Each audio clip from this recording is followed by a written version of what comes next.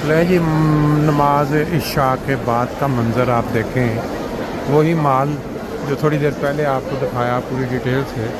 अब इसके अंदर ये नमाज़ों के बाद की हालत है और दुनिया इस तरह आ रही है जैसे पता नहीं कि यहाँ पे कोई सबील लग गई है, कोई सवाब की, या इतना रश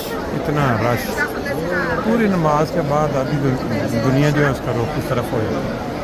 देखते चल रही हैं, ये देखें।